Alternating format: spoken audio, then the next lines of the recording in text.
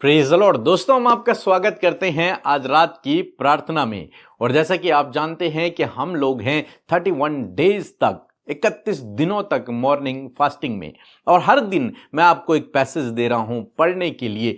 और मेरा विश्वास है जब आप उस पैसेज को पढ़ेंगे परमेश्वर आपसे बातचीत करेंगे। और कल रात की प्रार्थना में मैंने एक पैसेज दिया था आप सभी लोगों को पढ़ने के लिए। मेरा विश्वास है आप सभी लोगों ने उसे पढ़ा होगा। और आज सुबह की प्रार्थना में हमने कुछ पॉइंट्स को, कुछ बातों को उस अध्याय से हमने देखा था और कुछ बाकी बातों को हम अभी देखने जा रहे हैं। यूहन्ना रचित सुसमाचार उसका 2 अध्याय 1 से 11 पद तक मैंने आपको कहा था कि आप पढ़ें और परमेश्वर इसके द्वारा आपसे बातचीत करेगा।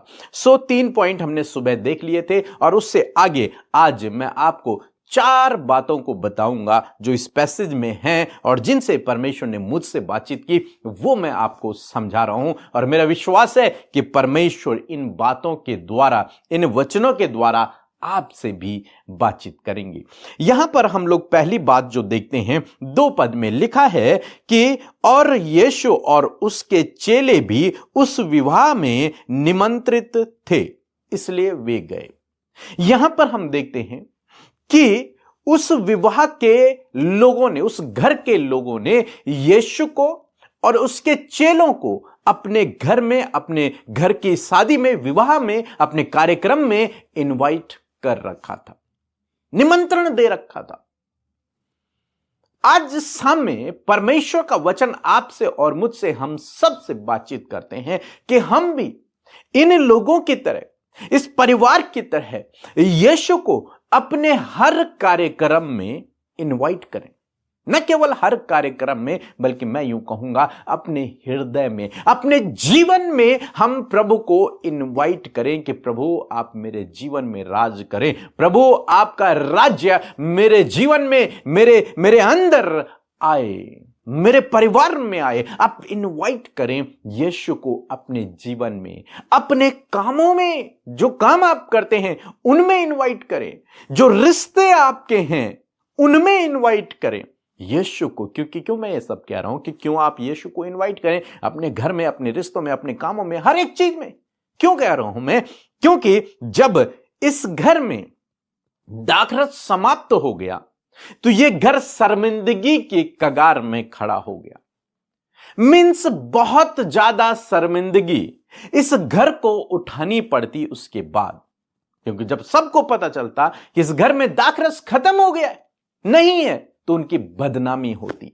उस समय में, जैसे आज की डेट में, यदि आपके घर में शादी है और हजारों लोग आ रखे हैं और खाना कम पड़ गया और अभी भी सैकड़ों लोग बाकी हैं जिन्होंने अभी खाना नहीं खाया है और रात हो गई है, टाइम हो चुका है और खाना समाप्त हो गया, तो वो लोग बिना खाए आपके घर से चले जाएंगे। और जब वो बिना खाए जाएंगे तो वो आपको बदनाम करेंगे। वो कहेंगे कि उनके पास तो खाने के लिए भी कुछ नहीं था और हमें उन्होंने बुला दिया। अनेक प्रकार की बातें हो सकता है वो आपके परिवार के लिए और आपके लिए करें। ऐसे हम यहां पर देखते, यदि प्रभु यीशु मसीह वहां पर चमत्कार न करते तो हो सकता था उस परिवार की बहुत बड़ी बदनामी हो जाती समाज में। हो सकता था जो रिश्ता, जो शादी वहां पर हो रही है, वो भी टूट सकती थी। बहुत कुछ बुरा वहां पर हो सकता था। लेकिन पहली बात, उस परिवार के लोगों ने यीशु को अपने कार्यक्रम में, अपने घर में इनवाइट किया था। और दूसरी बात, जब यीशु उस घर में थे तो उस घर की शर्मिंदगी को परमेश्वर ने दूर कर दिया। उस घर के मुखिया के सिर को परमेश्वर ने झुकने नहीं दिया, प्रभु यीशु मसीह ने।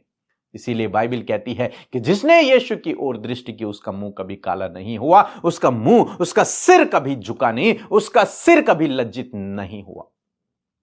क्योंकि प्रभु उसे लज्जित नहीं होने देता समाज में। प्रभु उसके सिर को उठा के रखता है। प्रभु उसे शर्मिंदगी में नहीं जाने देता। प्रभु उसे शिरोमणि ठहराता है। तो जब आप प्रभु यीशु मसीह को अपने रिश्तों में, अपने काम में, अपने घर में, अपने जीवन में इनवाइट करते हैं तो यूं समझ लीजिए कि परमेश्वर आपको शर्मिंदा नहीं होने देते, परमेश्वर आपके सर को झुकने नहीं देते, वो आपको ऊंचा उठाकर रखते हैं। तो ये 2 बातें आपको समझ में आ गई। पहली बात कि यीशु को अपने जीवन में, अपने परिवार में, अपने कामों में इनवाइट करें। दूसरी बात, जब यीशु आपके जीवन में, आपके परिवार में, आपके रिश्तों में होगा तो आप हमेशा ऊपर ही रहेंगे, आप लज्जित नहीं होंगे, आपका सिर ऊंचा ही रहेगा। परमेश्वर आपको शर्मिंदा नहीं होने देगा किसी भी क्षेत्र में, जीवन के किसी भी क्षेत्र में, यदि आपने यीशु को उस समय इनवाइट कर रखा है। तीसरी बात जो मैं आपको बताना चाहूंगा, 3 पद में लिखा है, फिर जब दाखरस घट गया तो यीशु की माता ने उससे कहा कि उनके पास दाखरस नहीं है। यहां पर मुझे कुछ बहुत अच्छी बात सीखने को मिली कि उनके घर में जब दाखरस समाप्त हो गया तब यीशु की माता मरियम यीशु के पास जाती। यहां पर 2 बातें आपको सोचने को मिलेंगी, देखने को मिलेंगी। पहली बात कि जो परिवार का मुखिया है वो इस बात को ना ही मरियम से कहता है और ना ही वो किसी से कह रहा है। परिवार का मुखिया या फिर परिवार के लोग वो अपनी शादी में व्यस्त हैं, उन्हें भी पता है कि दाखरस खत्म हो गया। शायद वे चिंतित होंगे, वे परेशान होंगे, वे निराश होंगे, वे आपस में डिस्कस कर रहे होंगे, बातचीत कर रहे होंगे कि अब क्या होगा, शादी में दाखरस खत्म हो गया, हमें लज्जित होना पड़ेगा समाज के सामने, कहीं ये शादी ना टूट जाए। अनेक प्रकार की बातें उनके मन में चल रही हों। लेकिन मरियम, मैं सोचता हूं कि मरियम ने जब इस बात को देखा, तो मरियम ने उनका मजाक नहीं बनाया। मरियम किसी और के पास, लोगों के पास नहीं गई, बल्कि वो यीशु के पास गई। यीशु के पास। जानते हैं, मरियम ने बहुत बड़ा काम किया यहां पे। यूं कह लीजिए कि उसने दूसरे की नीड को देखते हुए परमेश्वर से प्रार्थना करना शुरू किया। उसने उनका मजाक नहीं बनाया। उसने 10 लोगों के पास जाकर नहीं कहा कि इनके पास तो दाखरस नहीं है। वो परमेश्वर के पास गई, प्रभु यीशु मसीह के पास गई और उससे कहा कि दाखरस समाप्त हो गया, कुछ करो। वो प्रार्थना कर रही है, एक तरीके से देखा जाए तो। यहां पर मुझे यह बात सीखने को मिली कि जब आप किसी की नीड को देखें, जब आप देखें कि कोई जरूरतमंद है, जब आप देखें कि कोई प्रॉब्लम में है, जब आप देखें कि कोई बीमार है, वो आपका सगा हो या ना हो, आप उसको बदनाम न करें, बल्कि उसके लिए प्रार्थना करें, उसके लिए प्रार्थना करें, यीशु के पास लेकर जाएं उस रिक्वेस्ट को और उससे प्रार्थना करें।